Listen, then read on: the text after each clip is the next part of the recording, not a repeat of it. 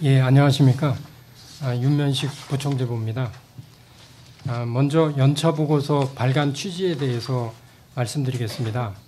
한국은행은 한국은행법 제102조에 따라 매 회계연도가 지난 후 3개월 이내에, 그러니까 3월 말까지 지난해의 금융경제 상황과 한국은행의 업무 현황 등을 개략적으로 기술한 연차보고서를 금융통화위원회 의결을 거쳐서 정부에 제출하고 공표하고 있습니다. 아시다시피 저희 한국은행은 통화신용정책보고서, 금융안정보고서 등 다른 법정보고서를 통해, 그리고 여타 다양한 수단을 통해 금융경제 상황과 정책 수행 내용을 상세히 설명하고 있습니다. 따라서 이번 연차보고서에서는 중복을 피하기 위해 이러한 내용은 간략히 기술하고 한국은행의 다양한 업무 수행 내용과 재무 현황, 조직 운영 등의 경영 상황 등을 보다 자세히 설명했습니다. 2016년도 연차보고서는 그 담당 부서인 커뮤니케이션국의 기획 조정 하에 여러 관련 부서가 초안을 집필하고 금융통화위원회 심의를 거쳤습니다. 그리고 최종적으로 지난 3월 23일 금통위에서 의결됐습니다. 이 주요 내용에 대해서 이 자리에 있는 커뮤니케이션 국장이 설명해 드리도록 하겠습니다.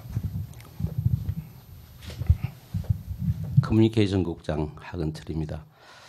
먼저 이번 연차보고서의 주요 특징에 대해서 말씀드리겠습니다. 한국은행의 주요 업무 내용과 경영 사항을 보다 충실히 대외에 알리기 위해 당행의 여타 정책 보고서에서 상세히 다루고 있는 경제 동향은 지난해보다 대폭 축소하는 대신 업무 현황과 경영 상황은 분량을 확대하고 보다 구체적으로 설명하기 위해 노력하였습니다. 또한 주된 독자층인 일반 국민들이 쉽게 이해할 수 있도록 최대한 알기 쉬운 문장을 사용하고 그래픽과 사진 등 시각자료를 대폭 보강하였습니다. 다음으로 이번 연차보고서의 장별 주요 내용에 대하여 말씀드리겠습니다. 제1장 한국은행 개요에는 연혁 및 설립 목적, 부서 조직 및 소관 업무에 관한 내용을 수록하였습니다. 제2장 경제 동향에서는 2016년 중 국내외 실물 경제 동향과 금융 외환시장 동향을 다루었습니다. 제3장 업무 현황에서는 통화신용정책, 금융안정 업무, 조사 통계 업무, 발권 업무, 지급결제 업무, 그리고 대외 커뮤니케이션 활동 등 2016년 중 한국은행이 수행한 주요 업무 내용을 상세히 기술하였습니다. 제4장 경영 상황에서는 조직 운영 및 인력 운용 상황과 2016년 회계연도 결산 결과를 담았습니다. 그리고 배포해드린 기자 설명의 참고 자료에는 한국은행의 외화자산 운용 내역과 2016년 회계연도 결산 결과 등이 수록되어 있으니 참고하시기 바랍니다. 이상입니다. 네, 아무쪼록 저희 연차 보고서가 국민들께서 한국은행에 대한 이해를 높이는 데 도움이 되기를 기대합니다. 다음은 이번 연차 보고서에 수록되어 있는 내용에 대해 그 질의 답변하는 시간을 갖도록 하겠습니다. 내용이 한국은행 업무 전반에 걸쳐 광범위하게 작성되어 있으므로 분야에 따라서 관련 부서에서 답변 드리도록 하겠습니다. 참고로 여기 커뮤니케이션 국장 외에 기획협력국장, 외자운용원 부원장, 그리고 국제국 국제총괄팀장, 조사국 동향분석팀 차장이 이제 같이 하고, 또 커뮤니케이션 인사경영국, 통화정책국, 금융안정국, 금융결제국, 발권국 등의 그 담당 팀장들도 이 자리에 같이 하고 있습니다. 네, 질문 있으시면 질문해 주시죠. 안녕하세요. 연합인포맥스 정선영입니다. 여기 그 외화자산 운용 내역에 보면 그 외환보유액 투자에서 통화별 비중이 미 달러화 비중이 70.3%로 나오는데요. 이게 역대 최대 수준인지가 궁금하고요.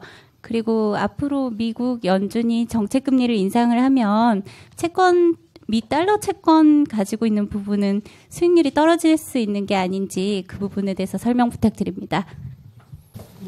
외자운용원 원장께서 답변하겠습니다. 네, 외자운용원 이정 부원장입니다. 일단 달러 비중이 70.3%는 역대 최고 수준인 건 맞고요. 저희가 이제 아시다시피 이제 미국의 금리 인상 기조가 본격화되면서 반면에 이제 다른 나라 중앙은행들은 오히려 뭐 마이너스 금리를 도입하고 특히 작년에 그래서 이제 통화 정책 차이도 있고 경제 기조 차이도 있고 해서 그에 대응해서 저희가 미 달러화를 좀 늘려온 점이 있고요. 그다음에 두 번째 질문하신 내용이 미국이 금리를 인상하게 되면 미 달러 자산이 수익률이 낮아지지 않겠느냐 그런 말씀하셨는데 채권이라는 것이 이제 금리가 오르면 단기적으로는 당연히 채권 가격이 떨어지기 때문에 단기적으로는 수익률이 나빠질 수가 있습니다. 그렇지만 이제 장기적으로 보면 이 재투자 수익률이 높아지는 부분이 있어서 채권 금리가 오르는 거는 저희같이 장기 투자자 입장에서 보면 장기적인 수익성을 안정화시키는 데 오히려 좋다고 생각하고 있습니다. 예, 저 이투데이 김남현인데요. 외화자산 비중 금방 70.3% 역대 최대치라고 하셨잖아요. 이게 비중으로 보면 12년에 57.3%에서 지금 4년째 계속 달러화 비중이 증가하고 있는 걸로 지금 보여지는데요. 이게 4년 연속 이렇게 미달러화 비중이 늘어나는 이유가 뭔지 좀 부연 설명을 좀 부탁드리고요.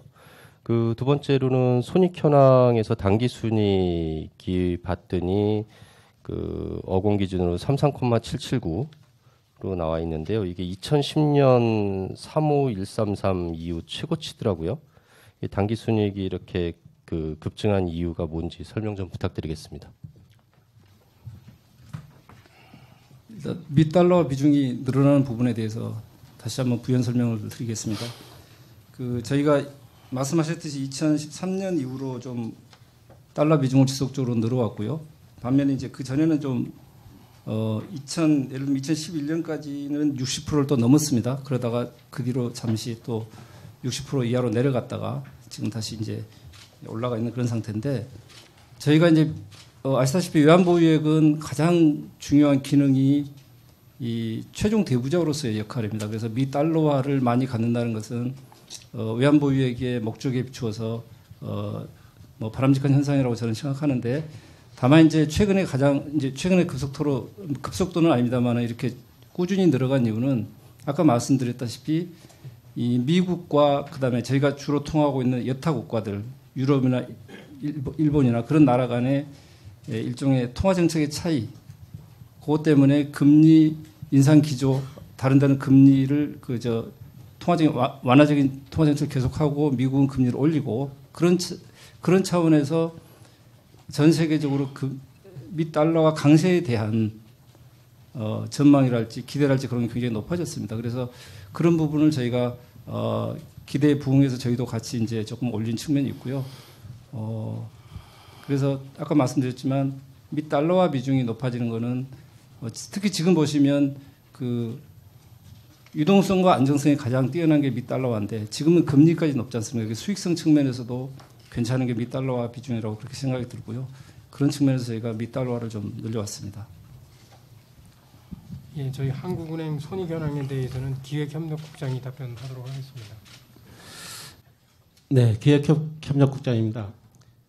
아까 질의하신 내용 첫 번째가 작년에 당기 순이익이 3.38조 원인데 이게 2010년 이후 최고가 아니냐 그렇게 말씀을 하셨는데요. 2010년에는 3.5조 원이고 2012년에 3.9조 원이었습니다. 이게 2016년이 2015년보다 좀 늘어나긴 했는데 2012년이 3.9조 원이었음을 알려드리고요.